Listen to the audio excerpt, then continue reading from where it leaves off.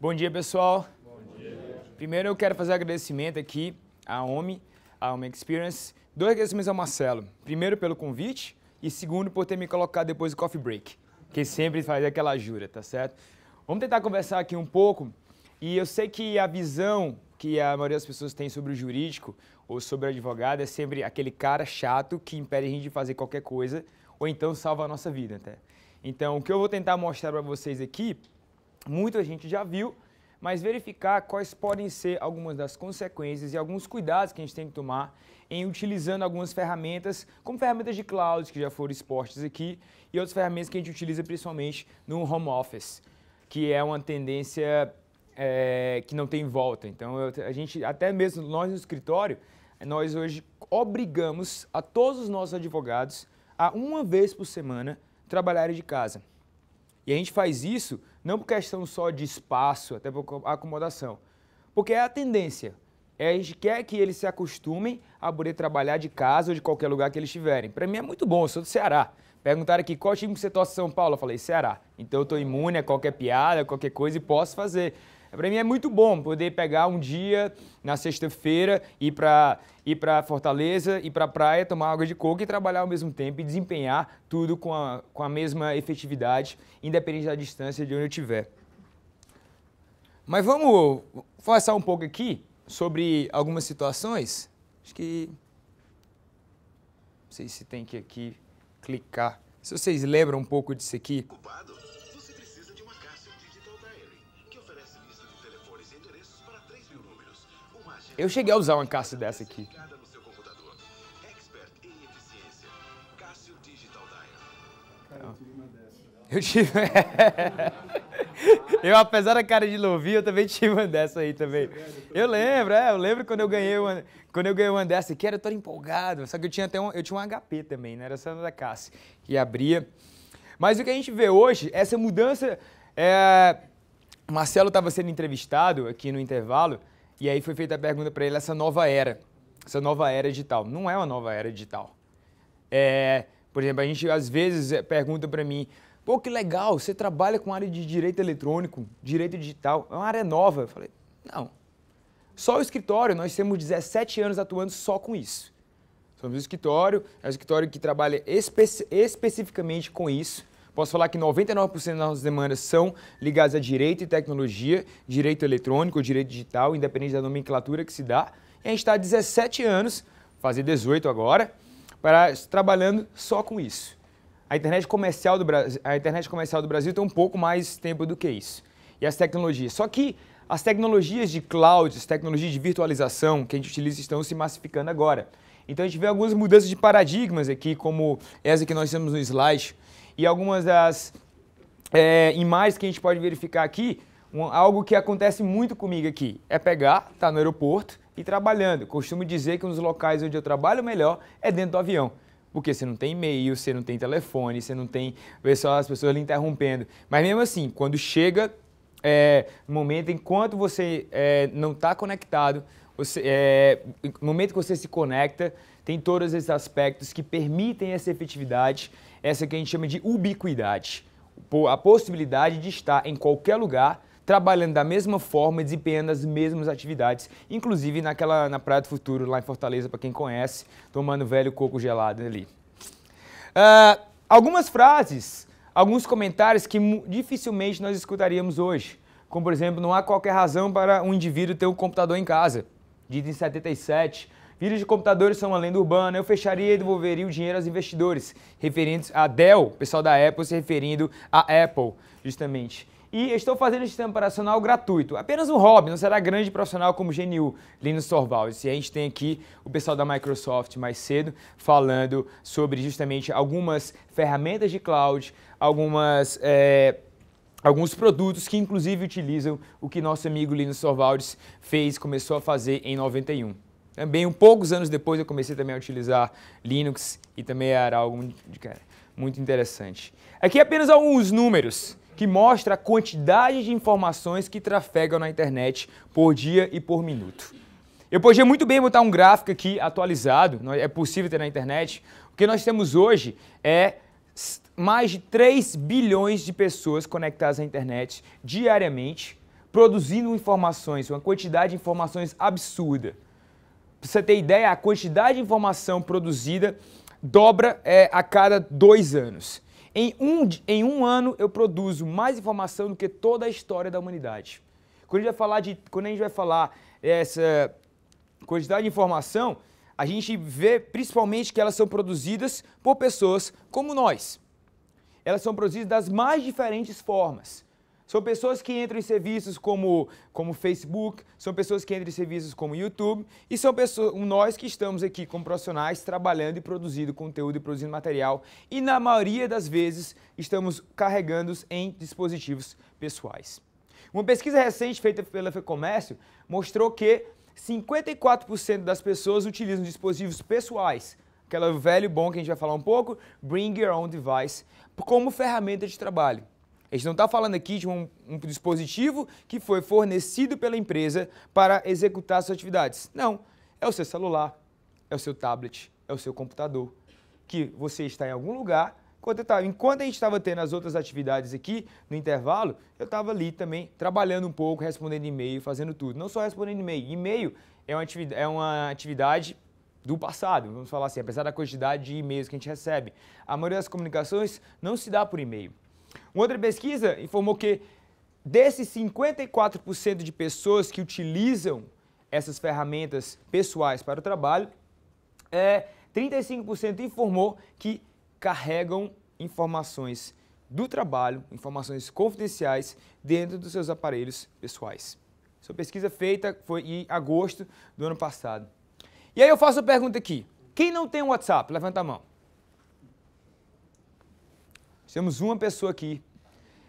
Quem dos que tem WhatsApp ou algum outro tipo de navegador, quem tem WhatsApp, em algum momento já enviou alguma comunicação de trabalho via WhatsApp? Quem não fez? Por algum momento, em alguma situação, não precisa nem levantar o braço, só pensem, tá? A gente não quer denunciar ninguém aqui. Via WhatsApp, vocês enviaram alguma informação, algum dado confidencial da empresa? Não precisa levantar o braço, tá certo? A gente está aqui, tudo bem, não precisa. Mas acontece muito. Deixa eu perguntar uma coisinha para vocês. Vocês devem ter visto que há um tempo atrás, há poucos meses, o Facebook comprou o WhatsApp para uma bagatela de bilionária aí. Quem aqui paga para utilizar o Facebook? Quem que paga para utilizar o WhatsApp? Por que o Facebook comprou o WhatsApp? Qual a intenção do Facebook em comprar o WhatsApp? Dados. A única ideia do Facebook ter comprado o WhatsApp foi para ter acesso às informações que são trafegadas por meio das comunicações que, tirando uma pessoa na sala, parabéns, ou não, a gente hoje vai ver por quê, todos aqui utilizam e alguns informaram que também utilizam, apesar de ser possivelmente de natureza pessoal, você utilizar para os dois lados, alguns podem até enviar informações confidenciais de trabalho. Saibam que essas suas informações elas são analisadas, elas são mineradas e podem ser utilizadas para N objetivos distintos. Façam uma experiência que algum dia percebam assim. Adicionem um amigo no seu telefone, na sua agenda telefônica. Aqui, conheceu, trocou cartão, legal, colocou na agenda telefônica. Essa pessoa, naquele número, tem um WhatsApp atribuído. Então, além de telefonar, você pode mandar uma mensagem via WhatsApp. É a primeira coisa. Hoje você não pergunta mais qual é o seu número, pergunta qual é o seu WhatsApp. Para quem sai, quem vai para balada, aquela coisa, tudo. E aí, pouco tempo depois, se aquela pessoa que você adicionou no seu celular, ela também tiver aquele número do WhatsApp atribuído à conta dela do Facebook, vai aparecer assim no cantinho do Facebook. Talvez você conheça essa pessoa. Adiciona como amigo. Como é que ele descobriu isso? Meus estagiários que ficam pé da vida com isso. Que eles vão na balada, conhecem a menina, não quer que a menina adicione no Facebook porque tem namorada ou tem alguma outra coisa, e quando vê lá aparece sugestão de amigos. Cruzamento de informações. Cruzamento de informações. É o único interesse de uma aquisição bilionária. Nós temos hoje mais de 700 milhões de pessoas utilizando o WhatsApp, Todas essas, quase todas, também utilizando para fins profissionais, enviando informações confidenciais.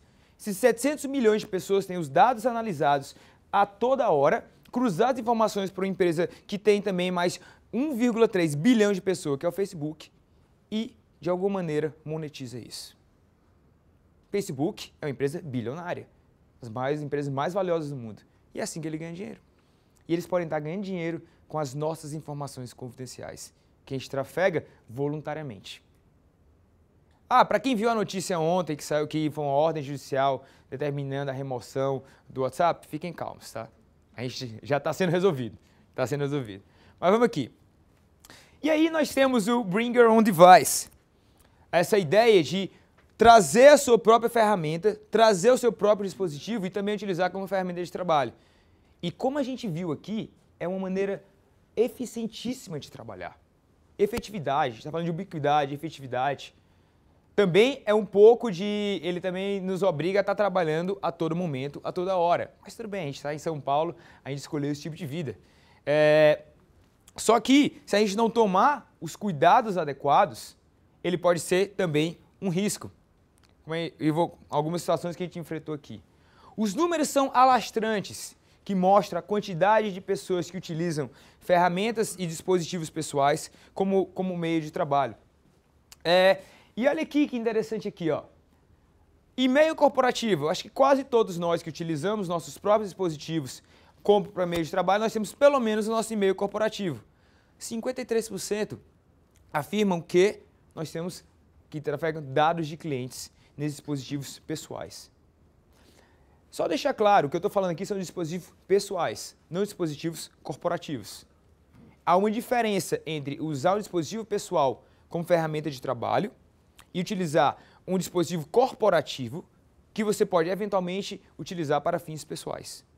A gente vai falar um pouco dessas diferenças mais na frente, até porque nós já temos leis trabalhistas que regulamentam isso e decisões judiciais nesse sentido. Mas o que importa é que nesses dispositivos que nós utilizamos para trabalhar de alguma forma, como que utilizando diversas ferramentas que foram apresentadas aqui, tanto pela Microsoft quanto pela OMI, 53% das pessoas afirmam que nós carregam dados de clientes, informações corporativas em aplicativos profissionais, entre outros. E aqui algo alastrante. 25% dos funcionários de empresas, eles afirmaram que poderiam furtar dados corporativos. E para isso a necessidade de segurança maior. E aí eu quero parabenizar aqui a Microsoft, que a Microsoft acabou de implementar em alguns dos serviços delas ISO 27018. E você é a certificação das maiores que existe em nível de proteção de dados e privacidade. Também não só a nível pessoal, mas a nível corporativo. Então, nós temos os vários ISOs 27001, 27018, que foi publicado em julho ou foi junho do ano passado, e nós já temos a Microsoft em seus serviços já certificado a esse nível de segurança. É um dos maiores níveis de segurança que nós temos em padrões ISO. Que poderia, inclusive, evitar esse tipo de atuação. Por mais que os funcionários estejam dispostos a roubar, e o nome não é roubar, seria copiar os dados ou desviar os dados, se as medidas de segurança adequadas forem tomadas, tanto no meio de tecnologia, também no aspecto jurídico, isso pode ser mitigado. Uma outra pesquisa, e a gente tem visto muito isso aqui. 2014 foi o ano das falhas de segurança. 2014, nós tivemos empresas de diversos tamanhos, de diversos locais do mundo, essa pesquisa em específico é americana, que tiveram dados que nós chamamos de falhas de segurança ou incidentes de segurança. O eBay, por exemplo, em um dos incidentes de segurança, vazou informações de cerca de 145 milhões de pessoas. JP Morgan, um dos maiores bancos dos Estados Unidos, teve contas, isso aqui são contas bancárias. 76 milhões de contas bancárias vazaram na internet. Essas informações. E aqui, os erros aqui, a maioria dos erros não são por falha de segurança do sistema. Não é porque o sistema tinha uma falha. O sistema implementava todas as normas de segurança possíveis, como 27018, como algumas que foram demonstradas aqui, camadas diferentes de segurança, sistemas de vault, que é justamente colocar no mesmo aparelho você ter um aspecto corporativo e outro aspecto pessoal. Só que a gente tem um elo que é muitas vezes o mais fraco, que é o usuário, que é a pessoa que está por trás utilizando aquele aparelho ou aquele serviço. E é por isso que é muito importante focar em treinamento. Olha aqui, 77% das empresas admitem que tiveram vazamento de dados. E aqui a principal causa é a perda ou roubo de equipamentos. Eu tive um caso aqui, eu vou contar um casozinho. Uma empresa grande de telecomunicação, um grande empresário, um dos grandes empresários do board, ele foi para Nova York para uma reunião e estava levando o seu laptop uma planilha de Excel com a lista de todos os clientes deles. O computador, ele estava com senha, ele utilizava todas as precauções, só que ele fez um voo que a gente chama de red eye, para pegar de volta. Estava cansado. Ele simplesmente esqueceu o laptop dele ou foi pego de alguma forma no aeroporto de Nova York. Poucos dias depois, aquele mesmo laptop com todas aquelas informações, foi possível rastrear que ele estava à venda no eBay. O importante para esse empresário não era o laptop. Aquilo ali para ele era um bem facilmente trocável, fungível, como a gente chama da linguagem jurídica. Mas os dados, as informações de todos esses clientes do mercado brasileiro. Ainda bem que nesse caso em específico foi possível identificar que aquele computador, por algumas metodologias de investigação forense utilizadas, ele estava à venda e foi possível recuperar o computador. E não foi possível evidenciar que houve acesso às contas, porque havia algum nível de segurança dentro do sistema utilizado. Ataques a vulnerabilidades, mas algo interessante aqui. Várias das informações que vazaram, elas foram oriundas simplesmente de e-mails que foram enviados de forma errada. Quem aqui atira a primeira pedra, quem nunca, sem querer, em vez de apertar só o responder, apertou o responder para todos? E aquele que responder era justamente só para responder para aquela pessoa específica, com aquela informação específica, foi para toda uma cadeia de pessoas. A gente sempre pode botar a culpa no estagiário, mas tem horas que não dá. E esse também é um grande número, uma grande causa de vazamento de informações. A gente pode ver aqui. Outros grandes incidentes de segurança que nós tivemos. Quem não acompanhou no final do ano passado que os computadores da Sony foram alvo de uma vulnerabilidade de segurança em que várias informações, vários e-mails, valores de salários foram copiados e foram disponibilizados na internet. Justamente a suposta causa desse ataque aos sistemas da Sony foi justamente porque esse filminho aqui, chamado A Entrevista, ele se passava, na história dele, o atual autoridade maior na Coreia do Norte, ele era assassinado. Para quem não assistiu o filme ainda, agora já é possível assistir. Mas ocasionou um impacto comercial e político muito grande. O comercial foi o quê? Porque um filme que custou alguns milhões de dólares para ser feito, ele deixou de ser lançado. Deixou de ser lançado em mais de 2.000 estabelecimentos dos Estados Unidos, inclusive no Brasil e no resto do mundo, por um ataque de segurança, por uma vulnerabilidade, porque não se foi utilizadas as ferramentas adequadas de segurança e as metodologias e as políticas internas adequadas de segurança. É tanto que, pouco depois, ele foi lançado, só que aí teve o aspecto político. Teve o aspecto político da própria Casa Branca investigar quem estava responsável por todo aquele incidente de segurança e conseguir rastrear que supostamente veio de alguma entidade norte-coreana. O quanto isso é verdade, a gente não teria como ter acesso às informações confidenciais que foram utilizadas aqui pela Casa Branca. Só que isso aqui não é algo isolado. A própria Sony já tinha sido alvo de outra falha de segurança. anos anteriores, 77 milhões de pessoas sem acesso e contas foram roubadas em alguns sistemas da Microsoft.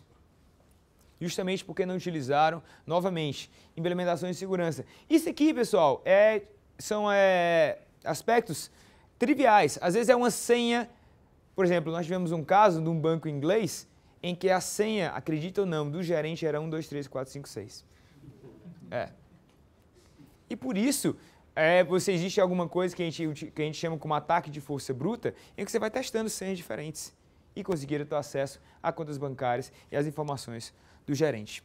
O próprio Enem foi alvo de fraude também e o sistema também não era dos mais seguros. Não foi implementado todas as ferramentas de segurança que poderiam ser. E aqui, um custo de um incidente de segurança. A gente sabe que é um caminho sem volta e é maravilhoso utilizar todas as ferramentas de segurança, todas as ferramentas móveis que nós temos hoje, como várias que foram apresentadas aqui hoje. E que eu estava ali atrás, e a minha especialidade é privacidade e proteção de dados. Eu trabalho especificamente com isso. Eu cuido do departamento de privacidade e proteção de dados. E eu ficava feliz vendo ali atrás algumas das que estavam sendo expostas aqui, tanto pela Microsoft quanto pela OMI, como alguma das ferramentas de segurança, algumas certificações de segurança estavam sendo implementadas. Aquele timeline que foi exposto, as certificações de segurança da Microsoft, utilizando nos sistemas dela, como diretiva europeia e alguns outros ISO 27000, e pela OMI utilizar algumas ferramentas Microsoft junto, Office 365, que inclusive recebeu a certificação 27018, eu ficava muito feliz, porque dificilmente eu vejo isso no Brasil. Minha experiência é muito de fora do Brasil, eu estou tentando trazer isso para cá. E a gente vê que a mentalidade empresarial, seja de pequeno, médio ou de grande porte, para cuidar dos seus dados e os dados dos seus clientes, é muito maior fora do Brasil do que aqui. É tanto que até hoje no Brasil nós não temos uma lei geral de proteção de dados, que está sendo discutida agora. Nesse exato momento, enquanto nós estamos falando, isso é uma discussão pública para nós termos uma lei geral de proteção de dados, além do Marco Civil da Internet, que foi comentado mais cedo aqui, que já traz muitos aspectos novos que não existiam em serviços de internet e qualquer serviço, ato que encontre pela internet. E aí, nós com a OMI, nós fizemos um trabalho conjunto no escritório justamente para ter essa adequação às novas regulações de internet e algumas das regulações que estão por vir, para tentar evitar isso aqui, ó. Tentar evitar com que o empresariado, independente do tamanho, tenha que arcar com esse tipo de custo. Nós temos aqui que 16% aqui, 1/8 dos custos de segurança custaram mais de $500 mil à empresa. As medidas adequadas não foram implementadas. E aqui, eu até peço desculpa aqui pela Microsoft, tá certo? Mas aqui eu trouxe isso aqui, foi uma ferramenta lançada ontem pelo Google, só para poder mostrar como é que existem algumas metodologias de segurança que podem ser utilizadas. O Android for Work, ele implementa algo que algumas das ferramentas da Microsoft que foram apresentadas aqui hoje já tem, como no mesmo dispositivo você ter compartimentalização, partes para a utilização pessoal, partes para a utilização corporativa. Então, se for ver aqui, os aplicativos são os mesmos aplicativos que qualquer um pode utilizar para fins pessoais, só que eles são limitados para fins corporativos. E aí, quando a gente tem essa limitação para fins corporativos, toda a área de TI da empresa, junto com o corpo executivo da empresa para tomar decisões, quais serão as medidas de segurança a ser adotadas, e até mesmo e com o jurídico, para verificar essas políticas internas e como isso tem que ser implementado, essa decisão conjunta para poder determinar as regras que os aplicativos de segurança, os aplicativos utilizados para fins corporativos terão. Então existe um controle total da empresa sobre o que o colaborador poderá fazer dentro dessa ferramenta. Só que o que a gente vê mais não é essas falhas de segurança no Brasil. O brasileiro é o povo que mais usa rede social no mundo. Nós temos há anos a maior média de número de horas por mês de uso de redes sociais e uso de internet. Nós somos o terceiro país com o maior número de usuários de internet. Nós temos China, nós temos Estados Unidos e Brasil. Mas só que o brasileiro é o que mais fica utilizando a internet e é o que mais utiliza redes sociais. E aí a gente vê algumas coisas como isso aqui. Empresa se desculpa o fanatismo corintiano do seu diretor no Twitter. Eu sou Ceará, eu posso fazer essa piadinha aqui. E aí, algumas consequências que tem de atos dos funcionários às vezes utilizando o nome da empresa, às vezes utilizando o seu próprio pessoal ou um aparelho corporativo, em que ele vai e se utiliza de uma rede social, alguma outra coisa para se manifestar, e isso pode ter um impacto na imagem da empresa. Só para eu falar uma coisa, segundo o artigo 932 do Código Civil, vocês não precisam saber o que é o artigo 932 no Código Civil, mas ele fala que o empregador é responsável pelos atos dos seus colaboradores. Então, se um colaborador, utilizando um equipamento corporativo, ele faz alguma coisa como isso aqui, como isso que está exposto aqui, a empresa pode ser responsabilizada. Se a empresa não toma as medidas adequadas de segurança e as medidas educacionais adequadas com seus colaboradores, tanto para poder se comportar de forma adequada quando estiver representando a empresa, tanto para utilizar de forma adequada as ferramentas que lhes são disponibilizadas, ela pode ser responsabilizada. E nós temos vários casos desses no Brasil, vários. Eu colacionei aqui alguns aqui, por exemplo, divulgação de projeto secreto de eletrodoméstico em rede social antes do lançamento. Primeiro aqui, estagiário, garotão, sabendo que ia ser convidado a ser retirado da empresa. Ele foi lá e sabia que a empresa estava para lançar, que era uma empresa de eletrodoméstico. Milhões investidos em pesquisa, em marketing, para lançar o produto, trazer para o mercado brasileiro, lançar à frente de todo mundo. E foi lá o estagiário, o que fez? Bateu uma foto do projeto e colocou no Orkut, de dentro da empresa. Todo aquele dinheiro foi jogado fora. Por quê? O que a concorrente fez? Viu aquilo ali, antecipou o lançamento do produto, ganhou o mercado. E o estagiário, bem, sofreu um procedimento, um processo judicial, só que o dano já estava feito. Por quê? Se esse estagiário, se as medidas adequadas de segurança tivessem sido implementadas dentro da empresa para limitar o acesso, ou então verificar o que poderia ou não ser feito ali, talvez isso não tivesse acontecido. Poderia ter sido mitigado. Um outro caso aqui, muito similar, divulgação de protótipos de novo modelo de moto tirado pelo celular. E todos esses casos aqui, pessoal, são de empresas brasileiras. São casos que nós trabalhamos. Um eletrodoméstico que caiu na rede social, uma foto do modelo de uma moto, de uma das maiores empresas do mercado também, que caiu também na internet. Teve também de um time de futebol, a camisa de um time de futebol também que caiu antes. Utilização de bancos de dados para a prática de fraudes eletrônicas. Isso aqui acontece muito. O funcionário, ele vai lá e de alguma forma desvia aquele banco de dados, aquelas informações e comete um monte de fraude. Por exemplo, no caso aqui, que nós utilizamos algumas informações financeiras, contábeis, um casozinho em Brasília. Estava lá uma empresa grande que estava processando o nosso cliente, que era um banco, dizendo justamente que houve uma falha de segurança no sistema de internet banking, que no caso não era de internet banking, era de home banking, porque era instalado na própria empresa, até para agilizar, porque fazia toda a parte, era ligado junto com o pessoal contábil, com o pessoal financeiro, e aí depois era lançado na internet.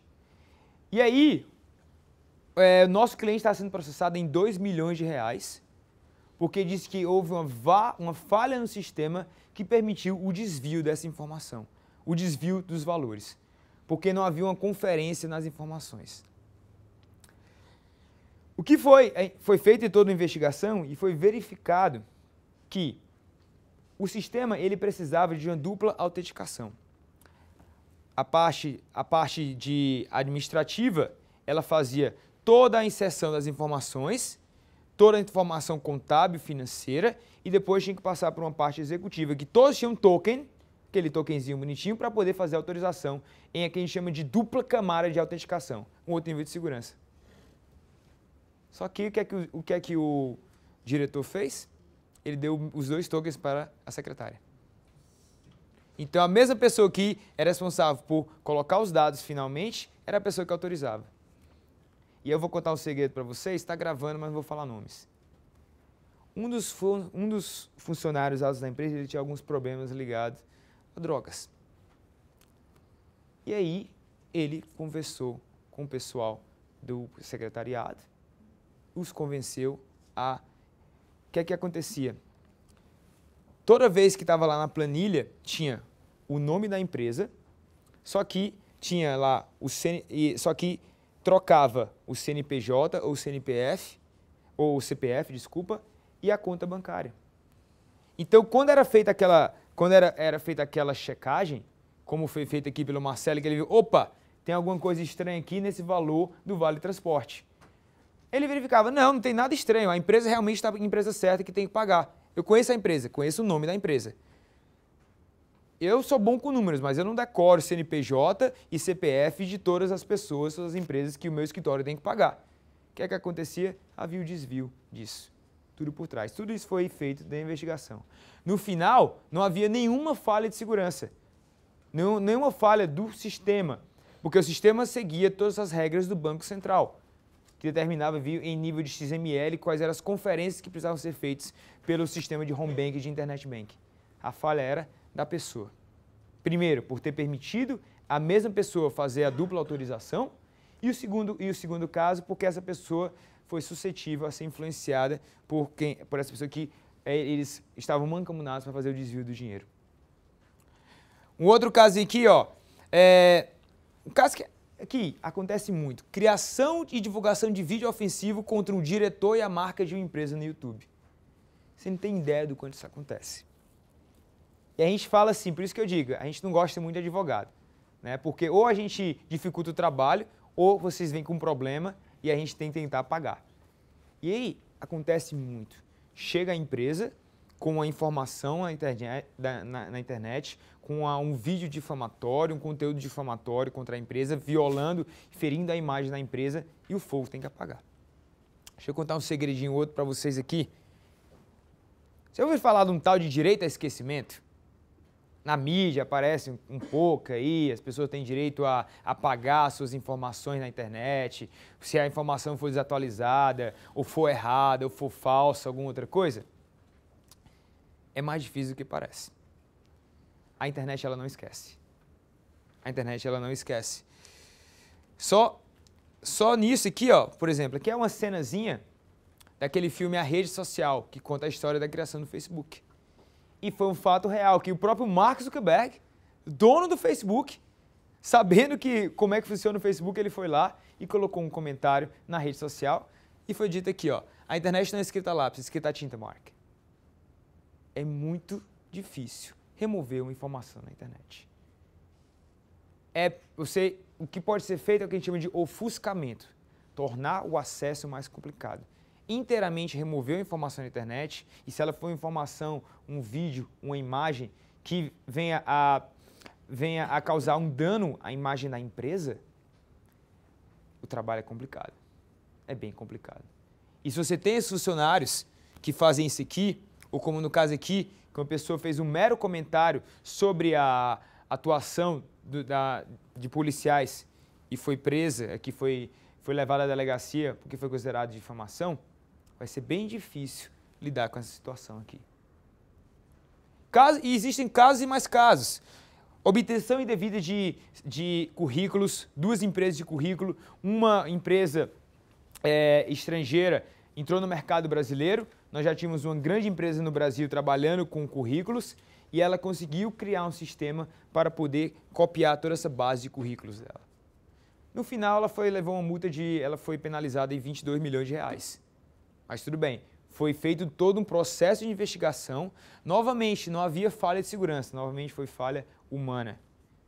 E aí, foi possível a cópia, só que foi considerado como concorrência desleal. E essa empresa que entrou no mercado, ela foi condenada, primeira condenação em primeira instância, em 38 milhões de reais e a segunda condenação em segunda instância e final foi de 22 milhões de reais. justamente tudo feito pela internet e porque não foram tomados os cuidados adequados em matéria de segurança.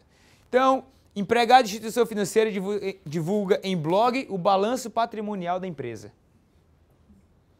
É mais comum do que a gente imagina, também acontece muito. Seja porque ele acha que aquilo ali não era confidencial, porque não foi feita a educação adequada da empresa, seja porque ele tinha qualquer outro motivo pessoal para poder colocar aquilo ali na internet.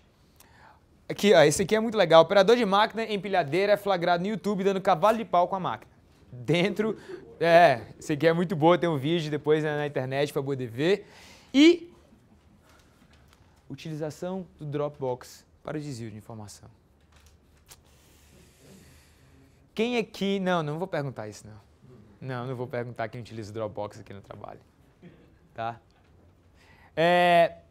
Dropbox e todos os sistemas de cloud, de armazenamento de informação, são essenciais. Eu digo sim, a palavra mesmo é essencial. É muito difícil hoje trabalhar sem uma ferramenta de armazenamento de informações ou sem uma ferramenta de cloud. Só que, se essa ferramenta não traz, ou se nós não utilizamos as medidas de segurança adequadas, é tão efetivo te deixar na cloud como é efetivo ter acesso indevido a essas informações.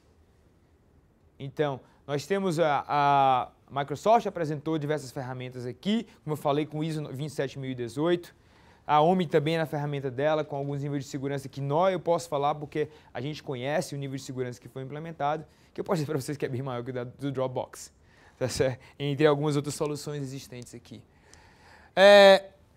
E as próprias redes sociais, elas são utilizadas hoje como provas em processos judiciais, inclusive o WhatsApp. Então aqui, ó, intimação via WhatsApp. O WhatsApp é usado como prova. Essa é perigosa, viu? O WhatsApp é utilizado como prova de suspeita de paternidade. Isso aqui é perigoso. Estava falando com meus alunos ontem, aí perguntei, qual é hoje a maior prova de amor que existe? É deixar o parceiro ter acesso ao seu WhatsApp. Aí a namorada chega assim, o namorado chega para a namorada, meu amor, eu te amo, quero ver, mostra o WhatsApp aí. É a maior prova, porque você tem informações e mais informações ali que nós reputamos como sendo de natureza estritamente pessoal. E alguns de vocês já confessaram para mim que, mesmo sendo de natureza estritamente pessoal, a gente passa informações corporativas e informações confidenciais via WhatsApp. Funcionário perde ação trabalhista após ser desmentido pelo Facebook. O que a gente encontra de pessoas que dizem que estão com... Eu peguei até uma estagiária minha uma vez, Marcelo. Estagiária minha, carnaval, foi lá, era para voltar na quarta-feira de cinzas. Quarta-feira de cinzas ela me manda uma mensagem. Renatinho, quebrei a perna. Aí mandou atestado, mandou aquela coisa. Eu falei, tá certo. Então faz assim, volta... quando é que você pode voltar? Não, sexta-feira eu posso ir. Tudo bem, sexta-feira ela me manda mensagem. Ainda estou ruim, o médico me deu mais um atestado. Tudo bem, volta segunda, terça, quando você estiver melhor, descansa no final de semana, que eu deixo o pé para cima, fica tranquila. Aí quando sábado, tem uma foto dela no churrasco da turma, lá. Na piscina ainda, com gesso. Poxa, e ela ainda caiu, aí eu mando mensagem para ela no domingo. E aí, Nath, tudo bem? Tudo, pouco. E aí, como é que você tá? Tô melhor e tal. Quando é que você acha que volta? Não, acho que lá pra terça, quarta-feira a gente volta. Como é que foi a festa? A festa foi muito boa. Ainda confessou pra mim que a festa foi muito boa. Eu falei, ou você aparece segunda-feira, não precisa mais vir. E isso é dentro do escritório de advocacia. Imagine se isso é utilizado como evidência num processo judicial. Acontece muito de funcionários. Uma das primeiras coisas, talvez você já tenha passado por isso, quando a gente vai contratar alguém, a primeira coisa que se faz é colocar o nome da pessoa no Google. E utilizar também Facebook e outras redes sociais para investigar o passado, se ela tem algum passado negro nas redes sociais ou algum outro local. Então, se a gente vê aquele funcionário com aquele currículo maravilhoso e a gente acha um monte de manifestação crítica a ele contra a empresa que ele tinha trabalhado antes. Bem, eu não queria, acho que eu pensaria duas vezes antes de contratar um funcionário desse. E aqui, acho que é bem interessante aqui essa decisão aqui, por dois motivos. O primeiro foi, Um juiz de Porto Alegre sugeriu à consumidora que se mudasse para a floresta, deserto, meio do oceano ou para outro planeta, ao negar-se a analisar seu pedido para proibir a empresa de comercializar seus dados pessoais para fazer publicidade de produtos e serviços, como os dados pessoais que levaram o Facebook a comprar o WhatsApp. E aí a juíza, ao deixar de apreciar o pedido, o juiz afirmou que somente mudando para lugares sugeridos seria possível assegurar à consumidora seus direitos à privacidade na forma da amplitude como defende. E é isso que nos leva a pensar, poxa, e o direito à privacidade? E o direito à proteção de dados pessoais? Será que esse cidadão, ele não tem direito a isso?